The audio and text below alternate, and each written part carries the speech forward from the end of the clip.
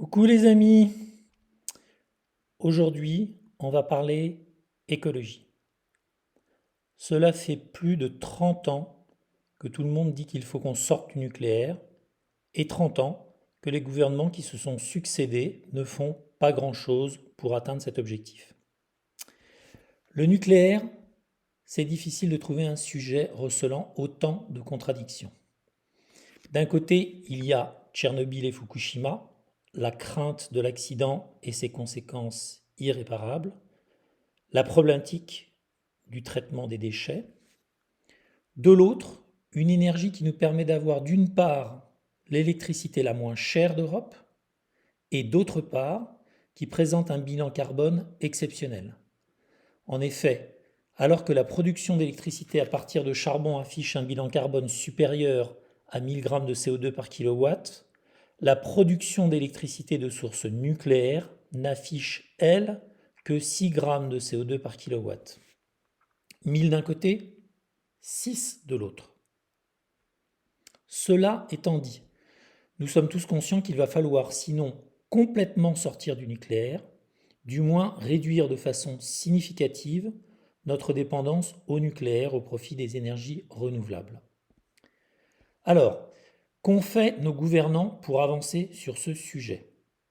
Eh bien, pour le savoir, c'est pas compliqué. Il suffit de ressortir ces factures EDF.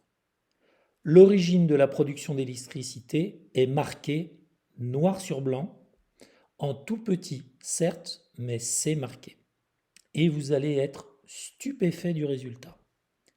Sur mes factures sont indiquées en 2008, 82,9% de notre électricité était d'origine nucléaire, 9,3% d'origine énergie renouvelable. Eh bien, en 2020, le nucléaire représente 78,9% contre 12,2% pour le renouvelable. En 12 ans, notre dépendance au nucléaire au profit du renouvelable a baissé de 4%. Un authentique exploit. À ce rythme-là, il nous faudra au moins 2 siècles pour se débarrasser du nucléaire. Et pourtant, passer aux énergies renouvelables, c'est possible. Il suffit d'une véritable volonté politique et de réels moyens d'incitation. Prenez le cas du Danemark.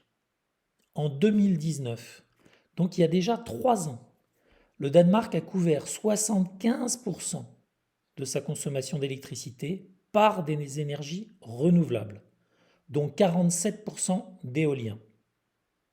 Le Danemark a pour objectif de couvrir 100% de sa consommation d'électricité par des énergies renouvelables d'ici 2050.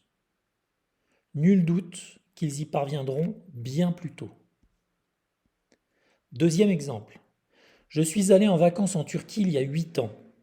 À l'époque, je me souviens avoir traversé Antalya en bus. Antalya, c'est plus de 2 millions d'habitants. Eh bien, toutes les maisons étaient couvertes de panneaux solaires ou panneaux photovoltaïques.